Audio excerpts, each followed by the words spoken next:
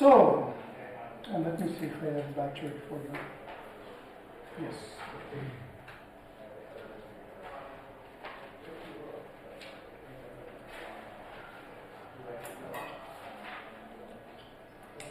So, today, is everybody here? No, actually.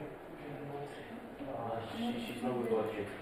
Sorry? She won't be here today. She won't be here? Okay, good. All right. So, today we're going to talk about the Grand Canonical ensemble. Canonical.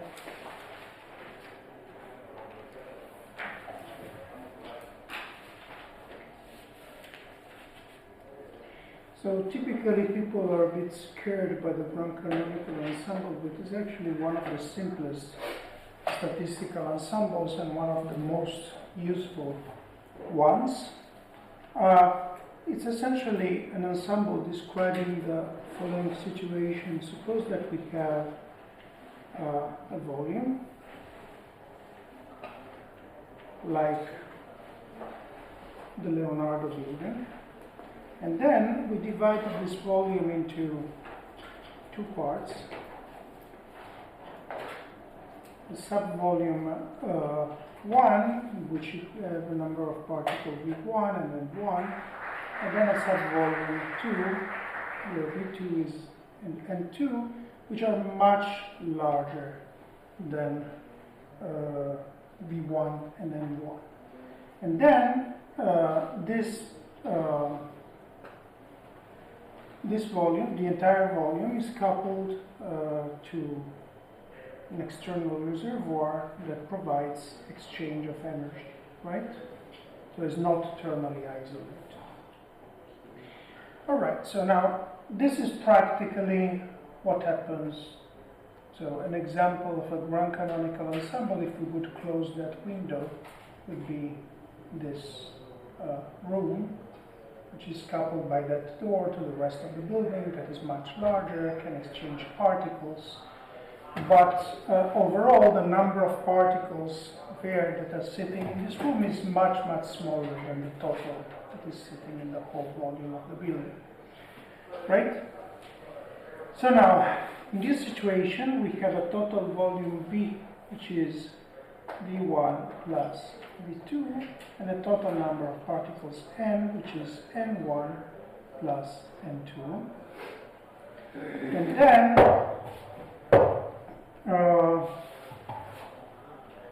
And then let us compute now the partition function of the canonical partition function of this entire volume V.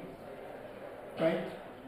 So this is going to be given by the integral over all dq's and all dp's divided by h to the 3n n factorial e to the minus beta h qp. But now HQP can be divided into two contributions. The one of particles that sit in the volume 1 and the one of particles that sit in the volume 2. I'm neglecting something here, which is as usual, the interactions on the boundaries. Why? Because in the thermodynamic limit they don't matter, because the boundary is an area and does not scale with the volume, right? So that's why I'm neglecting everything. Now, if I split these two contributions, I can rewrite this as follows. I can rewrite it as integral dq dp h to the 3n n factorial e to the minus h1 plus h2 beta. Now the problem is, I would like also to split this integral. But if I want to split this integral, I have to identify which particles are in volume 1 and which particles are in volume 2. And there are many ways to separate these particles in volume 1 and in volume 2. If I have an n total number of particles, that are determined by the binomial distribution, right? So therefore what I will have is that this is equal to the sum over all possible n1 and n2 such that n is equal to n1 plus n2 of what? Well, the number of ways I can put n1 particles out of n in volume 1, which is n choose n1. So it's going to be n factorial divided by n1 factorial, n2 factorial. And then I will have integral dq1 dp1 for the ones that are in volume 1, h to the 3n 1 n1 factorial. No, sorry. No. This is a mistake. There was me. Let's do it like this. dq2 dp2 divided by h to the 3n, which is n1 plus n2, and then n factorial, right? E to the minus beta h1 plus h2. Great, now you see that this one now goes with this, and here I have exactly the n1 factorial and n2 factorial that serve to normalize these two guys, and therefore I get that this is equal to the sum over n1 from 0 all the way to n of integral dq1 dp1 over h to the 3n1 n1 factorial dq2 dp2 over h to the 3n2 n2 factorial e to the minus beta h1 plus h2.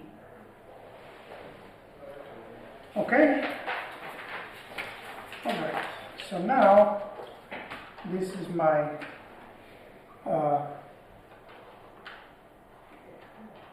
partition function. I can rewrite this as sum over n1 from 0 to n integral dq1 dp1 divided by h to the 3n1 n1 factorial of, well, I will have e to the minus beta h1 times the integral dq1 dq2 dp2 over h to the 3n2 n2 factorial e to the minus beta h2. But this is what? This is just the partition, the canonical partition function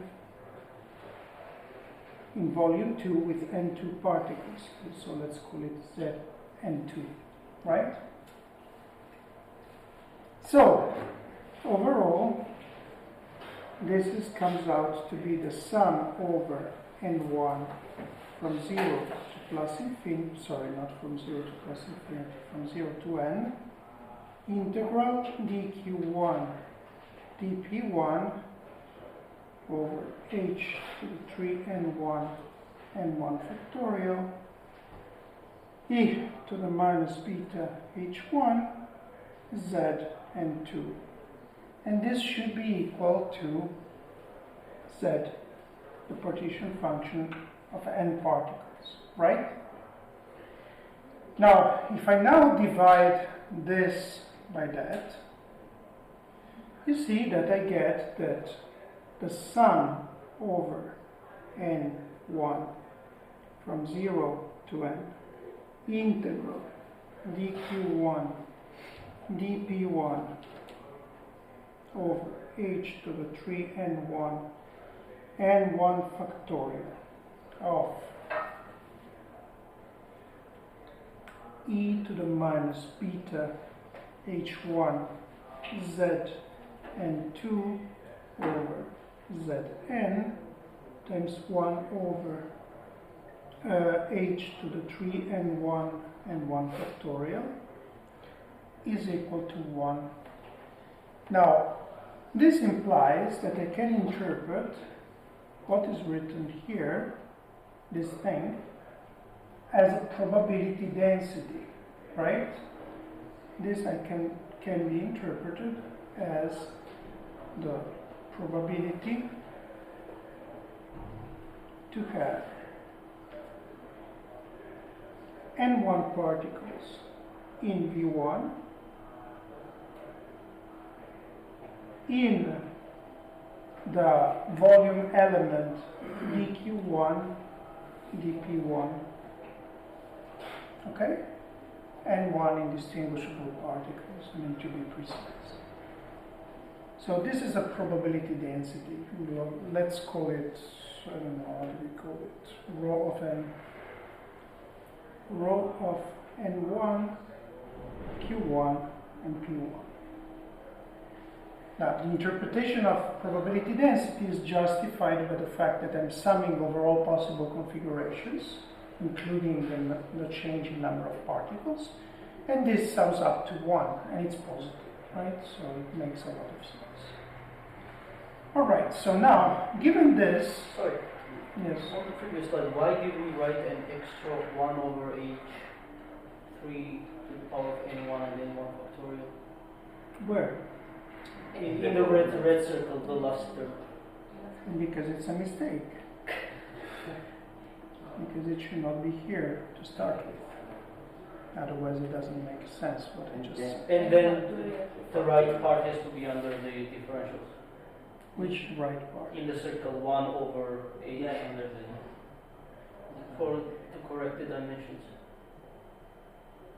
Can you... It's okay, I mean, fine. So this is a density, so it has dimensions. No, You see? Cn already has like... So it has dimensions, I mean, it's a probability density. So what you want is that the integral, if the integral has dimensions, the density should have the inverse of those dimensions. So everything is fine in terms of dimensions. N2 is equal to n minus n1. Yeah, that should be factorial. That's absolutely correct.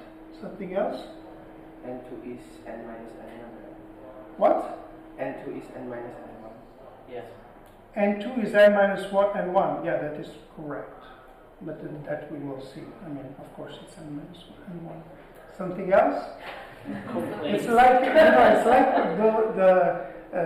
these games, I don't know if you were playing these games in which you have two figures and you have to spot the errors in the second, right? Okay, so something else? Nothing else. Great.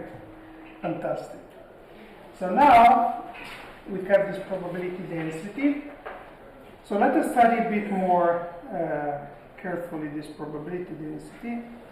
So as your colleague just said, n2 is n minus n1, and n1 is much smaller than n, right?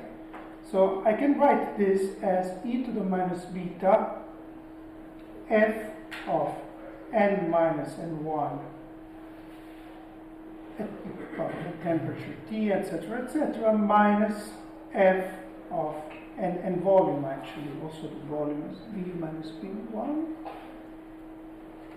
minus f plus minus f n V, right? Correct?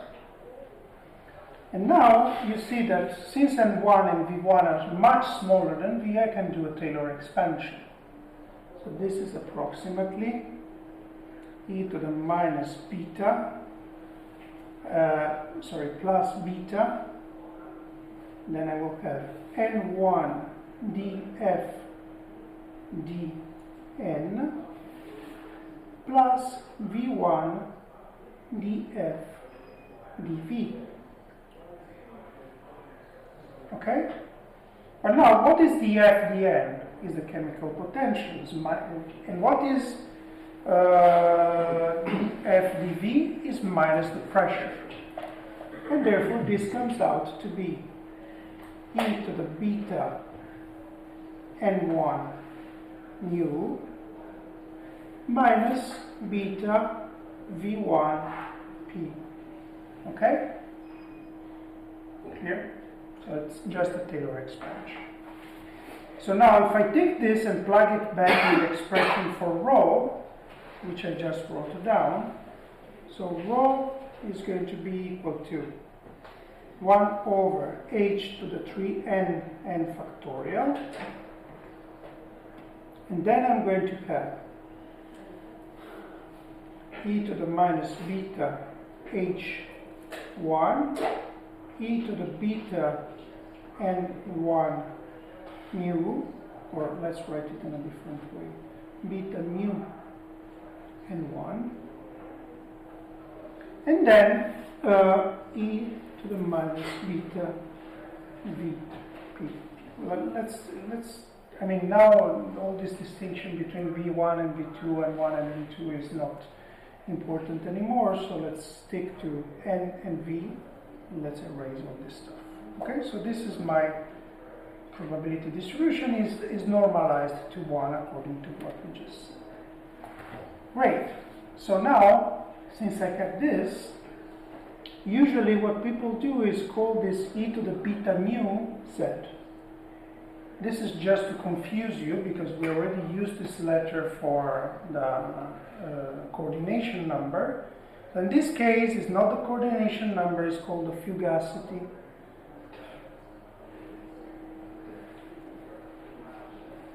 Fugacity. So how much you want to escape. For example, I'm sure that at the end of this lecture, your fugacity from this room is very high. All right? Great. So now, notice something. You see that this I can write it as 1 over h to the 3n n factorial e to the, n factorial z to the n e to the minus beta h times this exponential of minus p times v divided by k Boltzmann t. I like PV divided by k Boltzmann t. It reminds me, it brings something in my ear, right? PV, KT, blah, blah, blah. It's like music. So let's see, since I have this, and I know that this is normalized to 1, let me define a Grand Canonical partition function. Where is it? So here, in order to distinguish it from the canonical partition function, I used the fancy z, okay? So it's a fancy partition function, little z, v and t. And this we define as sum over n from 0 to, well, strictly speaking, so what you would have to do is sum this up to the n, the total n, right? The total number of particles. But now suppose that we consider this, so this was n1, it has to be summed all the way to n. But suppose that now we consider the limit in which we take the rest of the universe, the rest of the Fermi Leonardo building, to be so huge that the number of particles is practically infinite. It's super huge.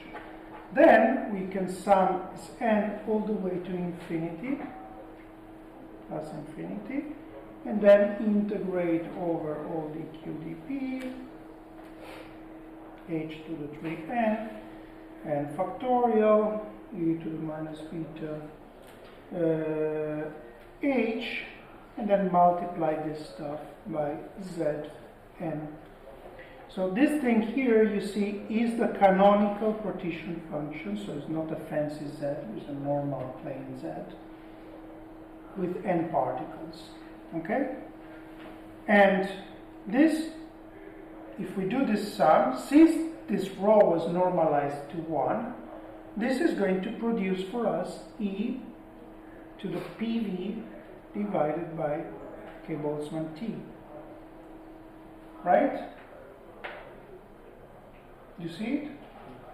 It's straightforward. Since the sum, this sum and integration applied to this stuff is equal to 1, then you take this on the other side, and this sum and integration of this thing is going to be equal to e to the PV divided by K Boltzmann T. So the reason I'm defining this Grand Canonical partition function is not because I want to complicate my life enormously, but is because I notice, by just looking at this expression, that this is actually the simplest possible ever way to get the equation of state for an ideal gas, or for any gas. Because from this you notice that if you have some gas and you want to get the equation of state, what do? You just compute the Grand Canonical partition function, and if you're able to do that, you take a log, and P times V divided by K Boltzmann T is equal to the log of Z. So if you're able to find exactly what is the log of Z, you have all your partition functions and everything else. Sorry, all your equation of state and everything else. Right? So, in practice, all of these words, this is the nice thing of mathematics, cook up, boil down to this expression.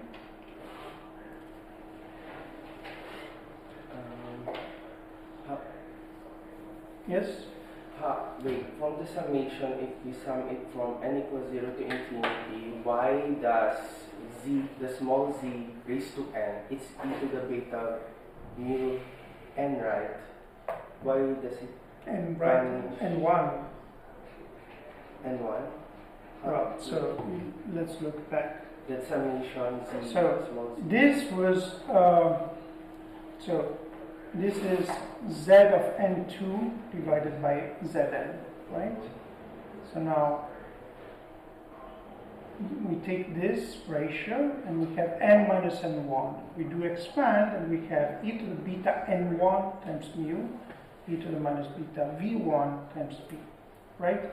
So in principle our rho should be 1 over 3 n1 divided by n1 factorial, e to the minus beta h1, e to the beta mu n1, e to the minus beta v1 times p. Okay? Now I'm forgetting about the 1 because from now on we forget about 2. So, and what I'm saying is that n2, let me send it to infinity, right? So I don't care about what is n2 anymore, and from now on I will sum up to infinity. Does it really matter? Well, it doesn't. I don't think it really matters. Well, it does matter, but yeah, it's essentially a thermodynamic. I mean, I'm assuming that the rest of the system is huge, and it's like when you do the canonical ensemble, you assume that the rest of the universe is an infinite thermal bath, and its energy is not changing. Okay? Great. So now, so this is my my equation. I like it. So now let us try to say something more about it. You see, this equation only appears to be nice. It's only, it's only, there is some tricky thing about this equation. And the tricky thing about this equation is that we are considering a situation in which the number of particles can fluctuate, right, between the system and the environment. And therefore, what is fixed is not the number of particles, but is the chemical potential, right, is mu. So Z here is e to the beta mu, right? But when we write equations of state, we want to have P times V equal to N times R times T, or N, well, whatever. N times K Boltzmann times T in this language. So the other N is a little n, the number of moles. So what we have to do, therefore, if we want to write down real equations of states as the ones we are used to, is to rewrite this to find mu in terms of the average number of particles. And the average number of particles, we find it by just taking this sum over n from 0 to plus infinity Zn n Zn divided by sum over n from 0 to plus infinity Zn Zn, and this is equal to z log of fancy z. And we have so many z's. Now I understand why, for example, I think if you read the book by, I don't remember which notation is used by Wang. I mean, but he doesn't like z, so he uses some kind of big Q. Big Q, yeah, right, big Q. So it's just to avoid z. I mean, if I would have instead of a pencil, I would have something written. This would be a calligraphic z. This would be a small z, and this would be a normal z. Okay, so you can distinguish the three. All right, and I don't know why it's called z. Probably some German word. Zusammen, it's something,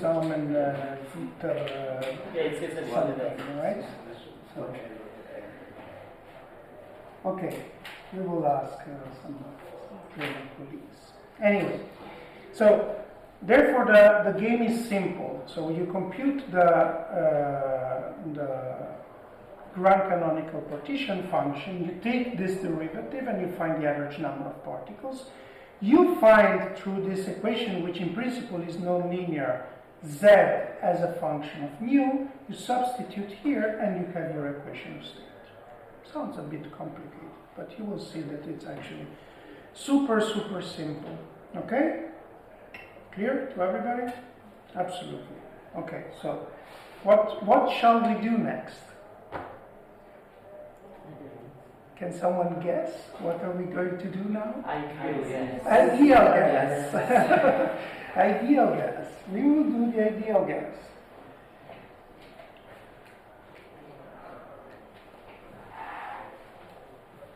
We will do the ideal gas. Okay, so as I promised, this is the simplest possible way to compute the partition function of the ideal, the equation of state of the ideal gas. And it's simple for a very simple reason, that we already calculated the canonical partition function, right? So we just have to sum over n from 0 to plus infinity, little zn and zn.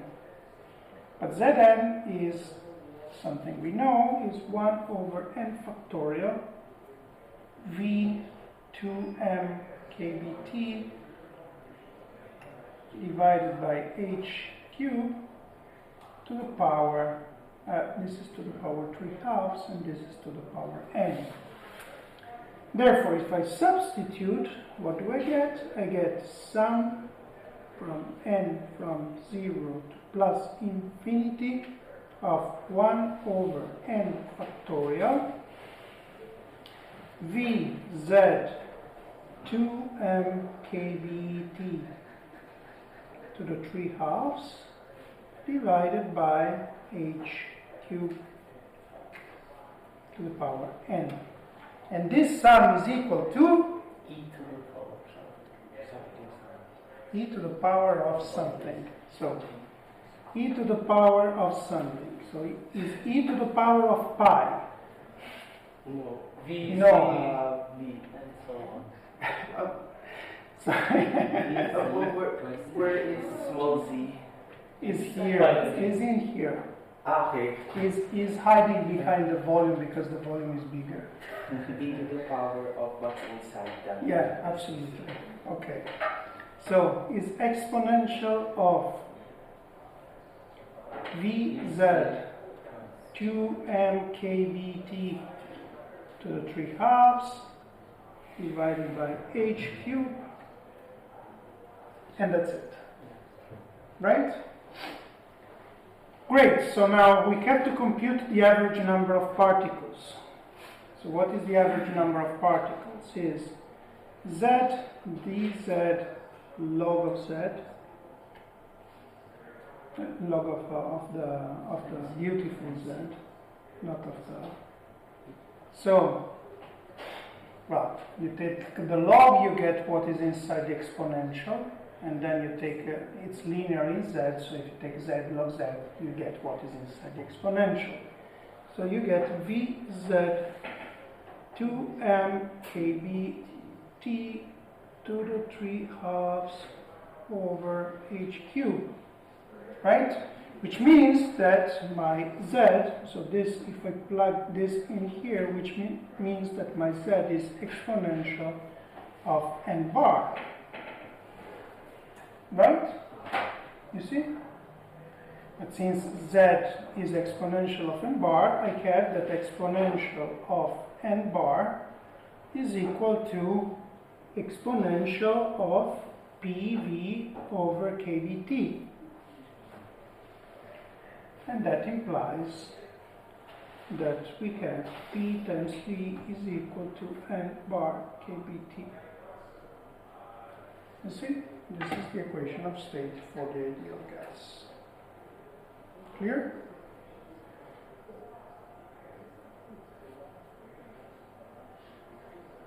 You don't like it. You prefer the other one. It's actually it's actually a very smart way to get the equation of state for the ideal gas, because as we will see probably next week or in 3 weeks, because then I will be away for a week. I will go to the Philippines. But if we use this derivation and we have an interacting system, this is actually you can cook up a systematic way to find corrections to the equation of state by using the canonical answer. What does not convince you? Just checking. Yeah. Is it correct? Yeah. That's great. I was hoping so. Yes. No, I mean, if you have some question or some comments, just please ask or make a comment. There's one thing that I really kind of don't like. Can we go to the previous slide? Yes. Again. Here, in the top of the line, where we have f of n minus n1. Yeah, we're doing a Taylor expansion, but then we're summing all the way to n. Yes. Come on, I mean, it's but this is related to the fact, all of this is related to the fact that you are summing over all possible statistical configurations. But as usual, this probability distribution is strongly peaked around the average value with small fluctuations, which is what we are going to see next.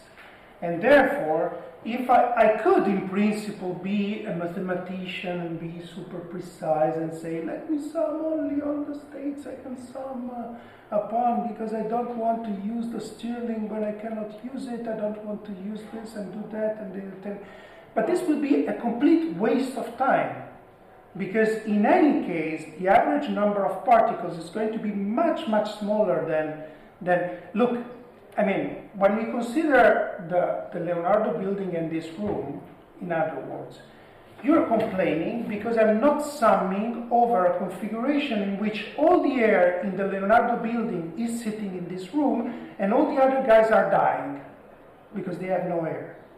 This is statistically possible. It is possible, but it's exponentially improbable.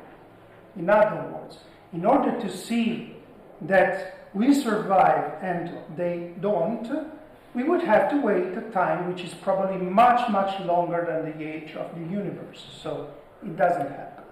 We are not going to see it.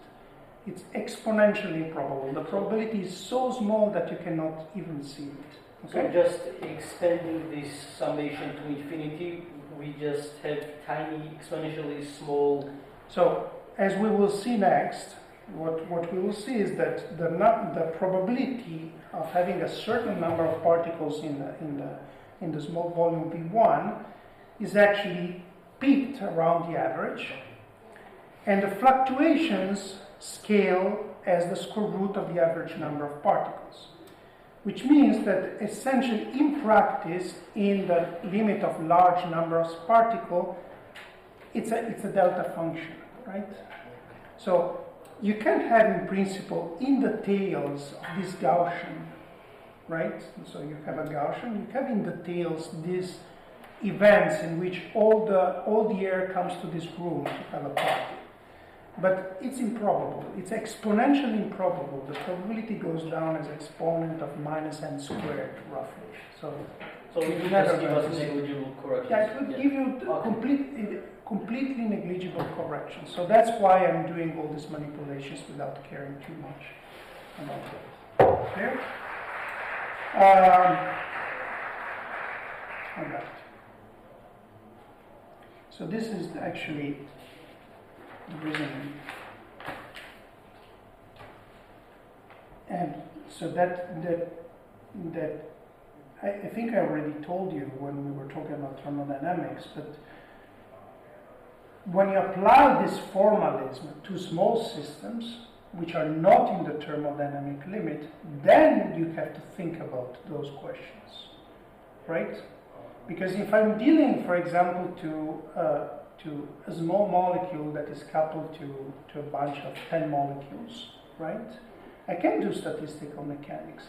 But then these fluctuations in which, for example, all the energy goes to the small molecules and the other lower the energy, or if you have a small system, it can happen that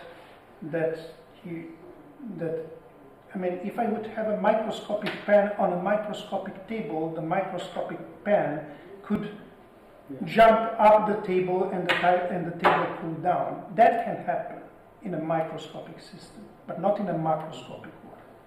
Okay? Because it's improbable.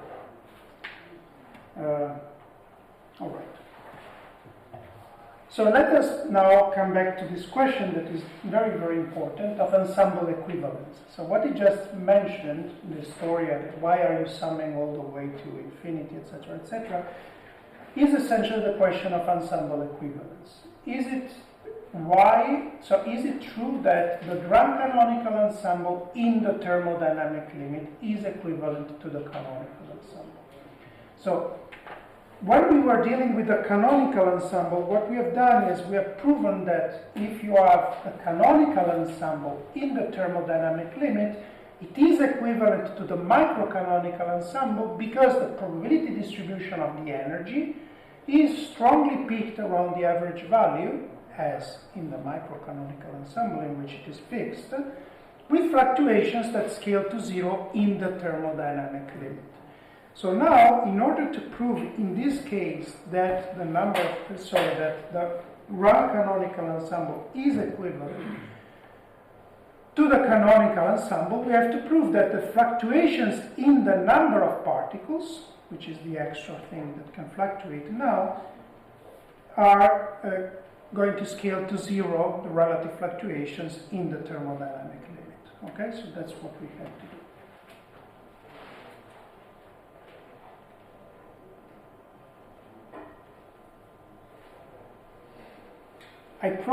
So this is going to be a bit involved, unlike the previous calculation. So we are going to take tons of derivatives. There's nothing complicated about it. All right. So in order to compute the fluctuations, I have to compute n squared average minus n average squared. Right? N average, I already know what it is dd. So n average is z dz log of z. And then if I take a z dz of n average, then you can easily see that this is equal to n squared average minus n average squared. Okay?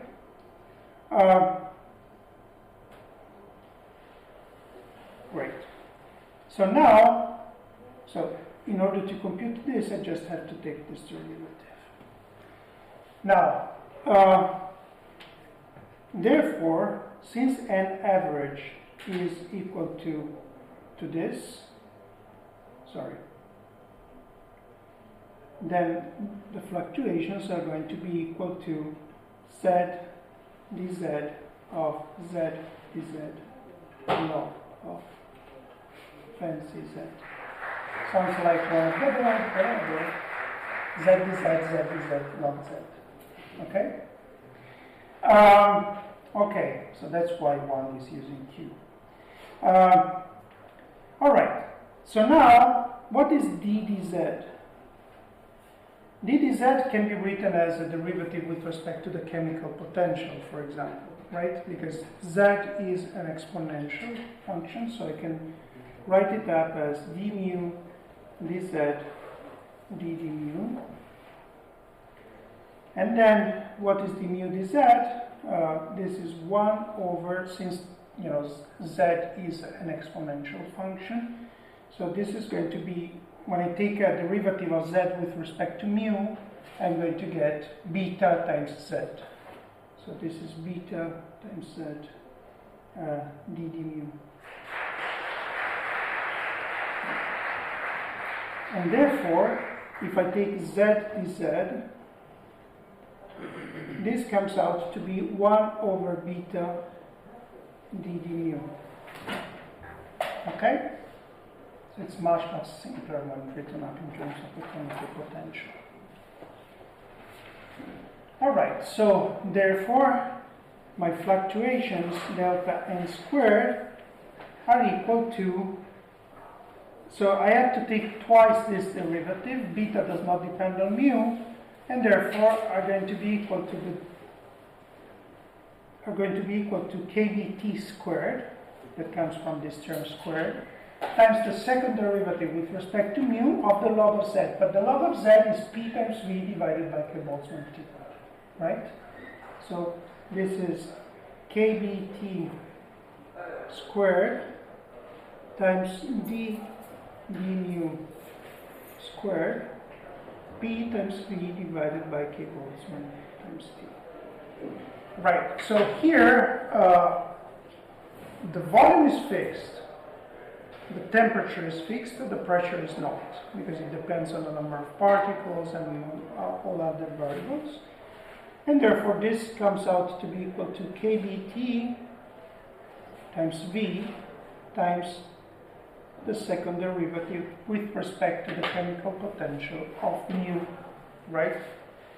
Now, we already see that in practice we are going to get something,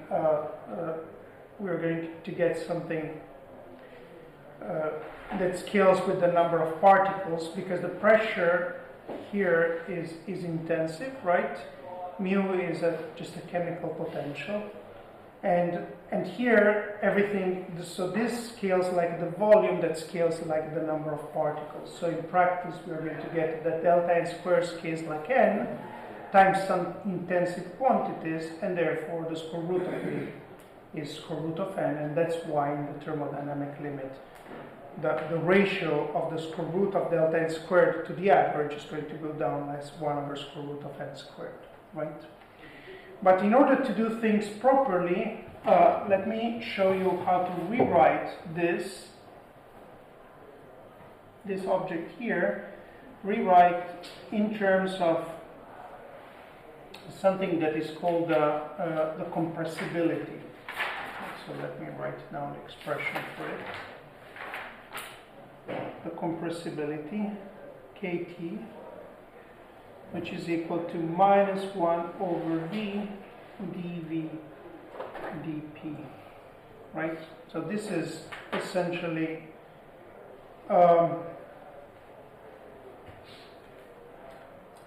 I don't know how to explain it. It's a response coefficient. It's essentially telling you if you apply a certain force, certain pressure, by how much you're able to constrain your volume, right? So that's why it's called compressibility. And so if P increases, V decreases, that's why you have a minus sign in front, because you want to have a positive number. Alright, so in order to rewrite everything in terms of the compressibility, I have to go through a bit of derivatives, but it's not very hard. So let me see.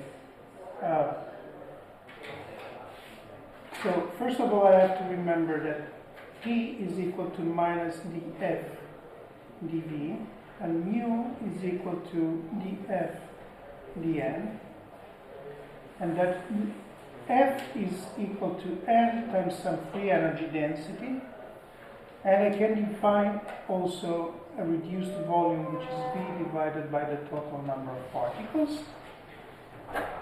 Then, if I define these two quantities, mu is going to be equal, so if I use this formula, this one, mu is going to come out to be equal to F, when the derivative is acting on this first term, plus N dNF, right?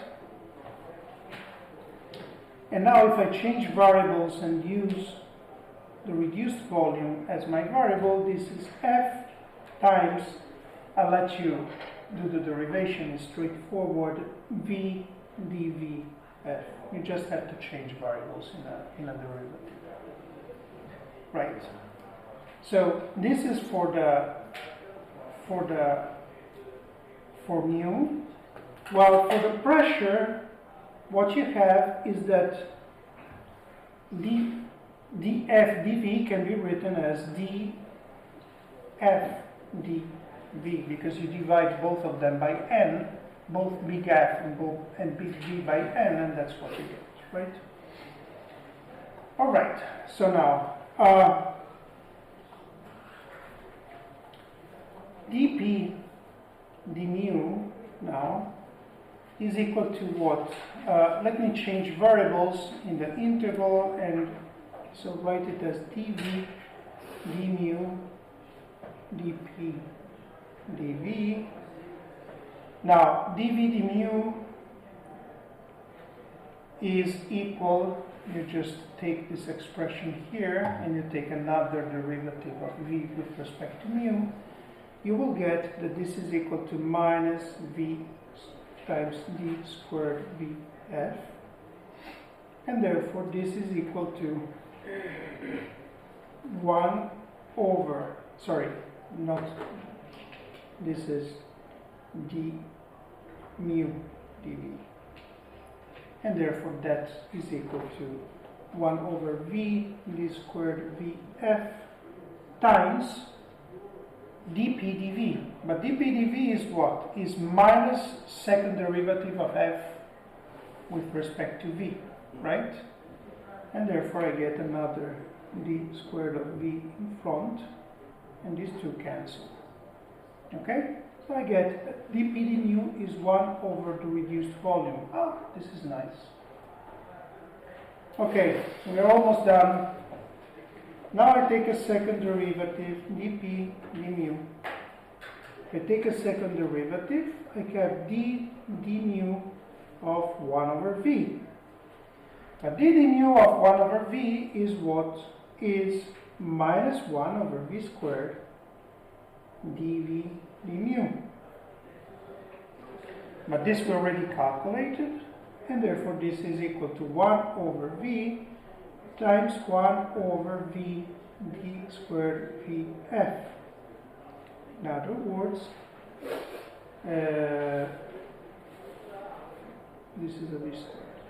So in other words, is 1 over V cubed d squared Vf. Great. So now you use the definition of what is the derivative of F with respect to little v? This is the pressure, so this is equal to 1 over V cubed dV of P, right? Because P is dF dV. Probably there is a minus sign somewhere here, right?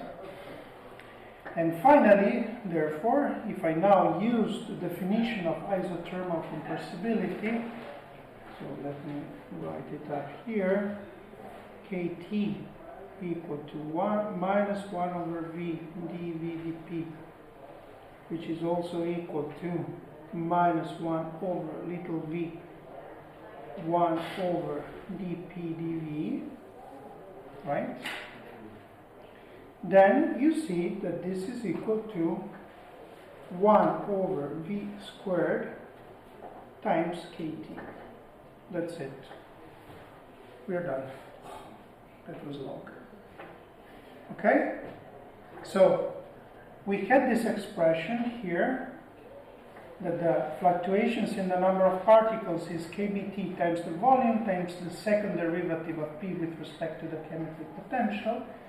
And now we just derived that the second derivative is equal to 1 over V, the reduced volume, times kT, which is the compressibility, is the response coefficient based. And therefore this is equal to kB T times V divided by 1 over V squared times kT. And now this is equal to, well, kBt times the number of particles times kT divided by the reduced volume. So it's something that we already knew, that the fluctuations were going to scale like n. But this way we just see it with our own eyes, that everything is proportional to n times something that is intensive, because the reduced volume is intensive, is a property per particle, and the same is true for the compressibility. Therefore, we find that square root of delta n squared divided by n bar goes like 1 over square root of n, and therefore goes, for n going to infinity, goes to 0.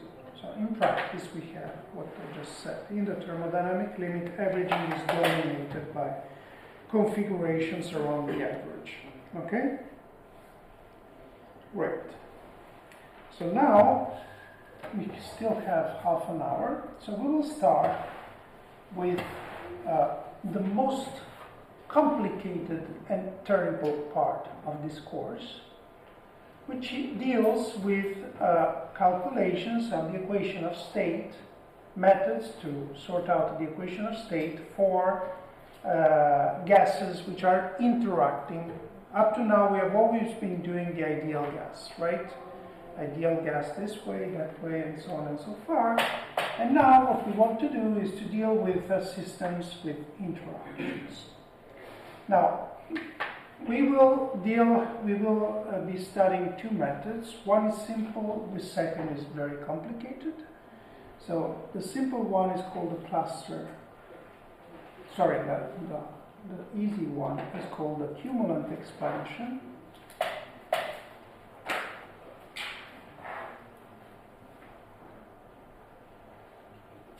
And the tough one is called the cluster expansion.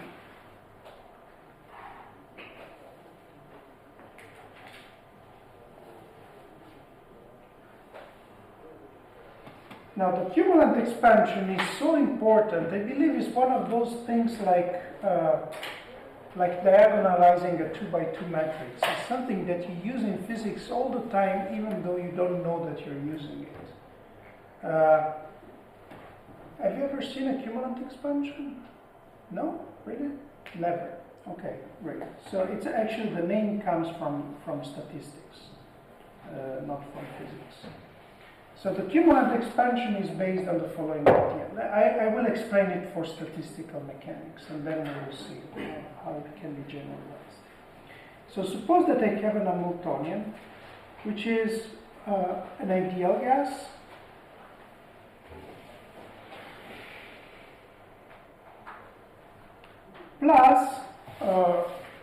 plus something more complicated, U of Q1, Qn, which is in principle some interaction, right? So you could have any kind of interactions between two particles, three particles, four particles, whatever you want. But typically in physics, you constrain yourself to two-body interactions, which is going to have the following form: 1/2 sum over I not equal to J of a certain two-body potential V of Qi minus Qj. Right? Let me not specify it for the moment. Let me keep this letter U because it's not important to specify any. And now suppose that for a moment, I know that we have just done the Grand Canonical ensemble, but let's for a moment calculate the canonical partition function of this gas of particles with n particles. So Z is equal to integral dq dp over h to the 3n factorial e to the minus. Let's call this h naught. Okay? So e to the minus beta h naught, e to the minus beta u, and then divided, well, that's it. This is the partition function. Okay? So now I can multiply and divide by the partition function of the ideal gas. Okay? So I can rewrite this as integral dq and dp over h to the 3n factorial of e to the minus beta h naught e to the minus beta u divided by integral dq dp h to the 3n factorial e to the minus beta h naught times integral dq dp over h to the 3n factorial e to the minus beta h naught. Okay, so now you see something interesting.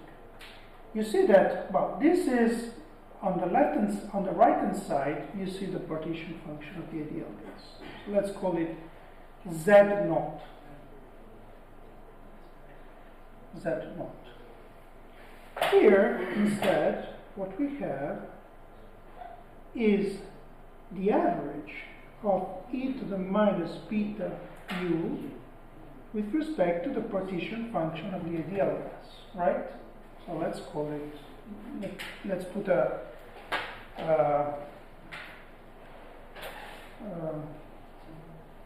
this note here to indicate that the average is taken with respect to the ideal gas partition. Alright, so everything here just tells me that I can write this as the average as Z naught times the average of e to the minus beta u. Okay? Fantastic. It looks like as if we solved the problem, almost, right? So I can write this, for example, as e to the minus beta, the free energy of the ideal gas, times is e to the minus beta u.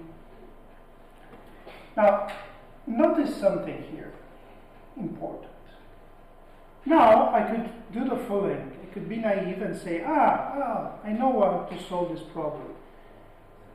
Let me expand this exponential, right? And compute term by term these averages. So n from 0 to plus infinity, 1 over n factorial minus beta to the n, and then average of u naught, right? So if I substitute this in here, you see that I will get e to the minus beta f naught times this stuff.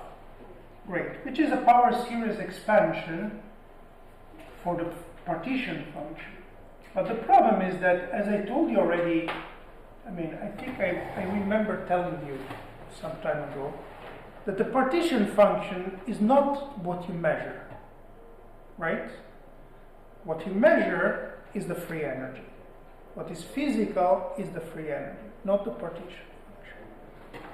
Now, when you do perturbation theory, when you do a power series expansion of something and you want to do a calculation, you better do it, right, the expansion, on what you measure, not on something you don't measure. You want to compute to generate a power series expansion of the quantity you are measuring.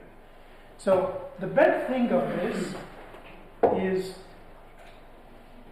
that it's a series expansion that stays all down.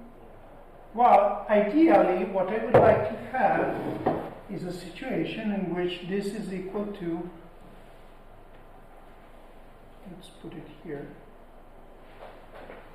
this is equal to e to the minus beta f naught times exponential of sum over n from 1 to plus infinity of some coefficients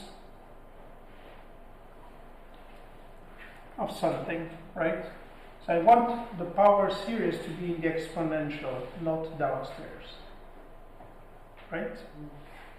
Now, if you think about this, this is like, do you remember that we have done this when we were talking about statistics, the first lecture? If you go back to your notes in the first lecture, what we have seen is that there are two, when you have a probability distribution, you can define a moment generating function, right?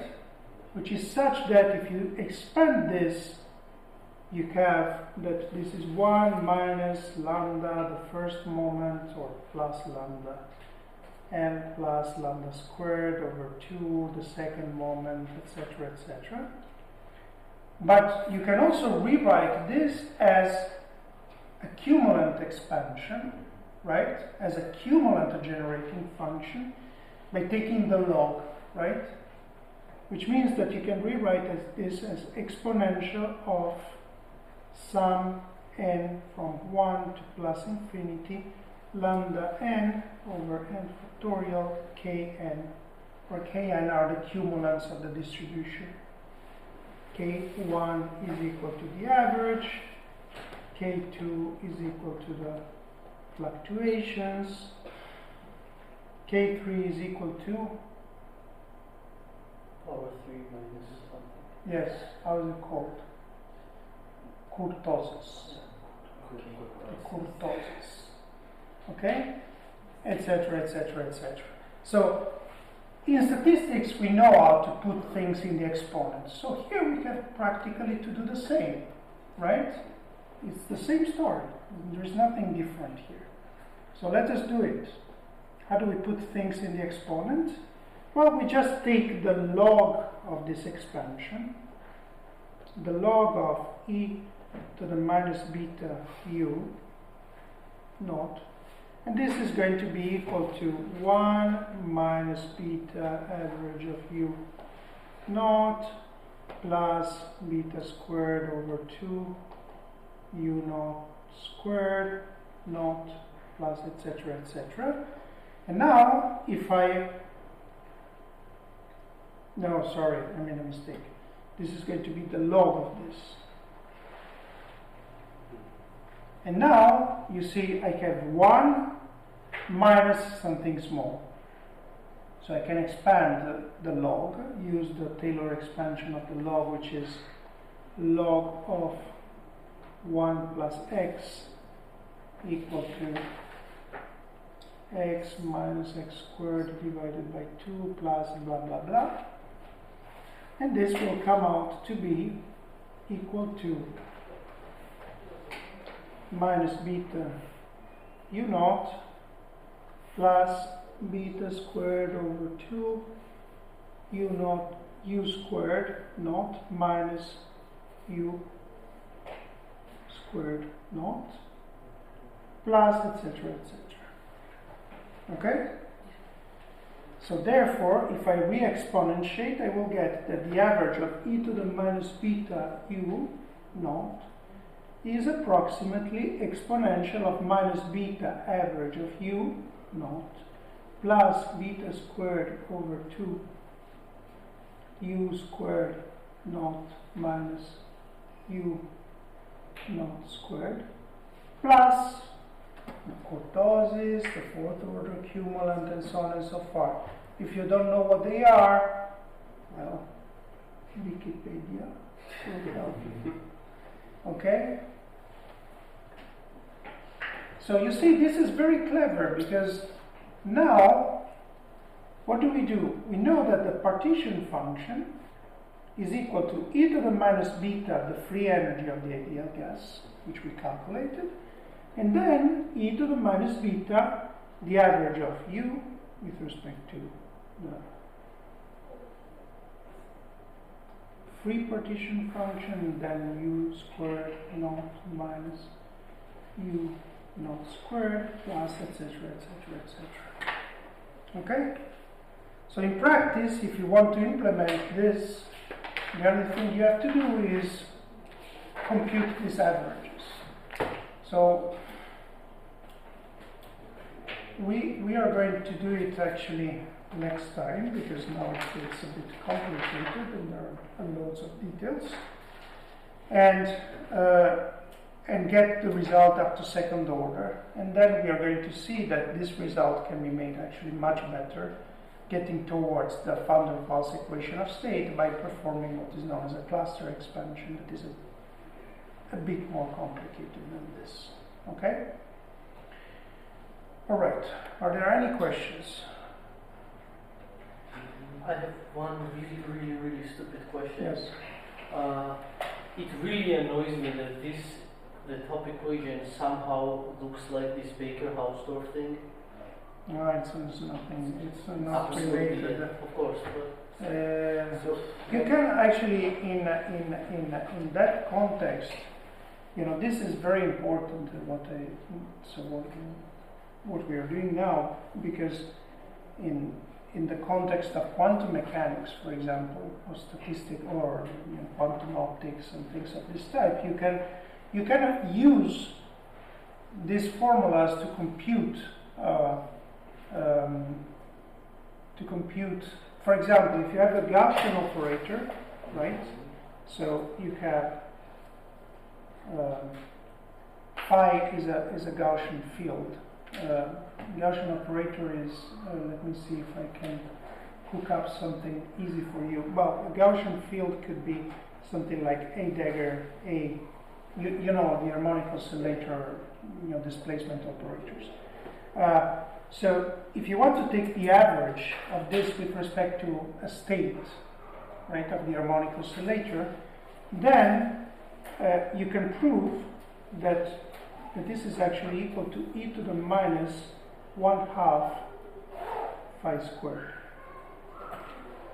And this is this comes from a cumulant expansion applied to this particular thing, operator. So these are peculiarities, but in any case, I mean, this technique of a cumulant expansion, you can apply it to everything that has to deal with an average of an exponential.